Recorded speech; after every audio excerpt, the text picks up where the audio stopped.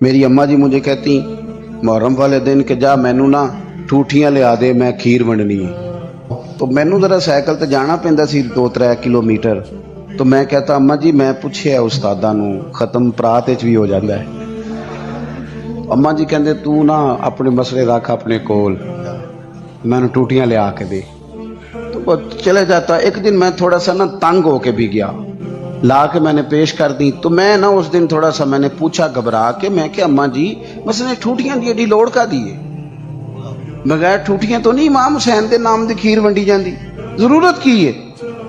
तो अम्मा जी को पता तो थोड़ा गुस्से में गया है, पसीने में शराबूर वापस आया है। तो उनका लहजा वो हो गया जो माँ का फिर समझाने का लहजा होता है कि पुत्र वेखे ना हुजूर दी औलाद दे नाम ते किसी नू खीर देनी, फिर उन्होंने आखना साडा भांडा दे के जा।